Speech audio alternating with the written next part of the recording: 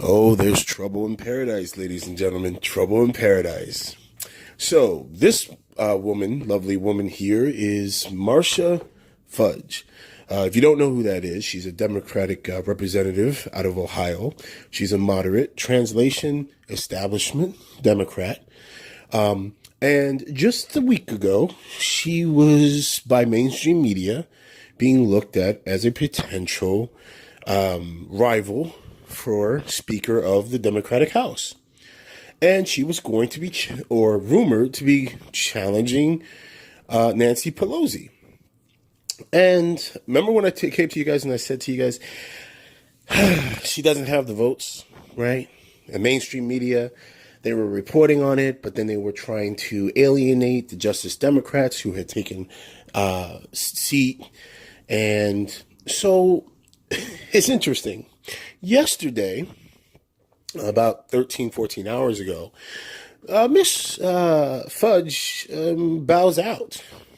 Inexplicably, she bows out of being a potential opponent to Nancy Pelosi.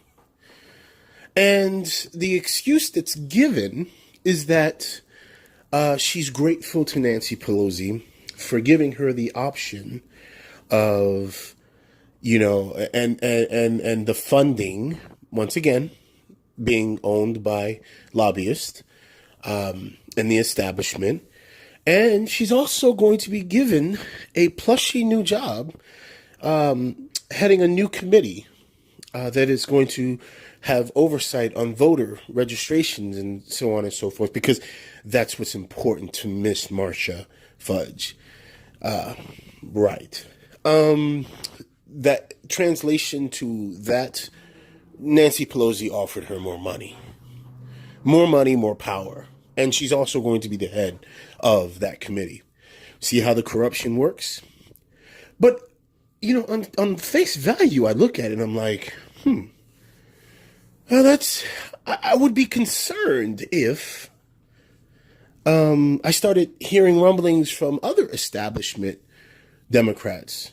Remember I made a comment and I said, notice how they have a letter that has been secretly signed by 17 Democrats, right, who don't want Nancy Pelosi. And then I told you that there were other Democrats who came on national television saying they didn't want Nancy Pelosi. Well, this morning, ironically, I'm listening to the radio, right? And then I turn on the TV, and lo and behold, this morning there are still more Democrats coming out saying they are, still on the fence about Nancy Pelosi. But mainstream media keeps talking about how she doesn't have a challenger. She doesn't have a challenger. I mean, there's just, okay, but she doesn't have a challenger, so you guys should just vote for Nancy Pelosi. Or does she have a challenger? And that's just not going to be revealed until the time is right. Chess, not checkers. Then I was thinking to myself, well, I mean, if that's the possibility of that going on, what about, the fact that Nancy Pelosi, right? The common theme is that Nancy Pelosi, one of the Democrats today had brought it up. He said that the common theme with Nancy Pelosi is that you can't win with Nancy Pelosi. Well, we won in Utah, we won in this, then we won in that. And as he's defending Nancy Pelosi, they ask him clearly, so hey, will you vote for Nancy Pelosi? And he refused to answer. Found that ironic, huh? He defends Nancy Pelosi, but he refuses to answer whether he will vote for her. She in trouble, y'all. And I said it, that she was in trouble. I'm gonna tell you right now, she's on every magazine.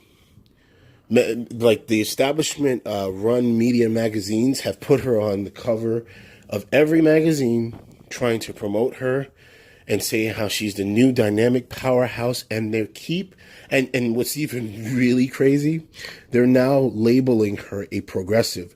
I wonder why they're doing that. If we, the little lonely progressives, have no voice, no power, no, we can't force change. Yet now all of a sudden Nancy Pelosi is a progressive. I wonder why. And also too, if you look at the headlines attached to Nancy Pelosi, it's this common theme about a woman, powerhouse woman, progressive, who's going to challenge Donald Trump. And then you want to know what gave the game away. And it's not really giving the game away, because Alexandria Ocasio-Cortez has always been this way, consistent. And I hate the way that mainstream media tries to play her like she's stupid. She's not. She's very smart.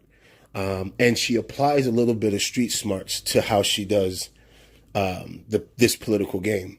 She goes on an interview and she clearly states, hey, right now, we just don't have anybody to challenge Nancy Pelosi. And this was when Marcia Fudge was in the midst of bowing out. She hadn't released a statement publicly saying she was going to bow out. So during that time of when Alexandria Ocasio-Cortez makes that statement, to her knowledge, or to everyone else's knowledge, Marcia Fudge was going to be the challenger.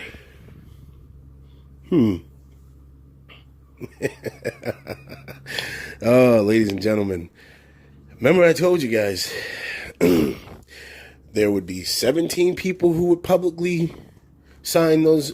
They privately signed the paper, but there would be more Democrats who do not come on TV, who do not display any sort of which way they're swinging.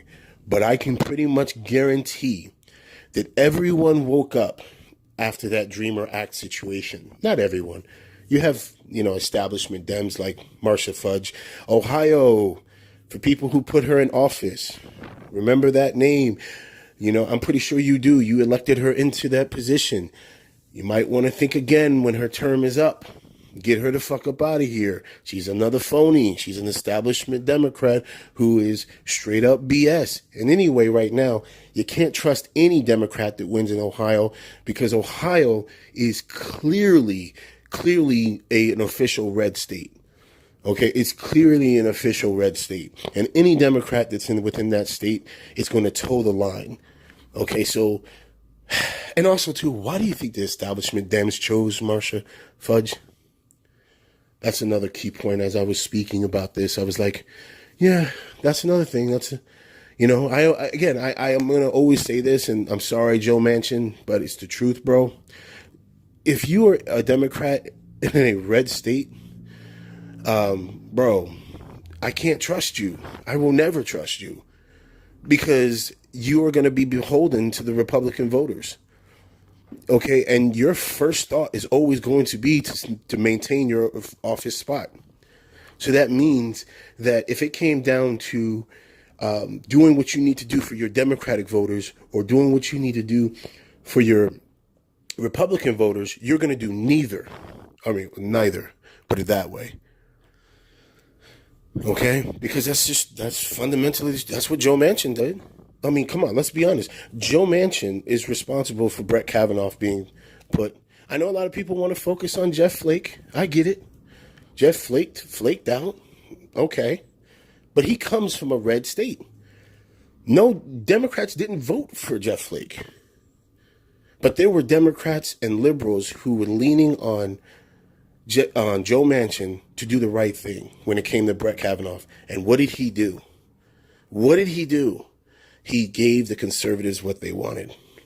But if you talk to Joe Manchin, he'll claim he's a progressive Democrat.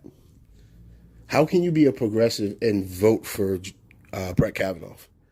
Knowing his political opinions, knowing his the op-eds he's written on conservatism, all of these different things.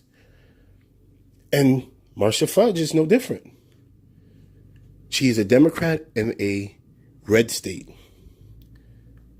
The reason why she bowed out, and I'm going to tell you why she bowed out. The mainstream media is going to tell you that, she's so grateful to Nancy Pelosi. The reason why she bowed out is because the establishment put forth Marcia Fudge as a potential candidate to run against Nancy Pelosi. Okay, that was a red herring. But I guarantee you, within the entire Democratic Party, they went down the line and asked, would you vote for Marcia Fudge? And they all said, hell to the fuck no. It's your boy Quest X. I am out.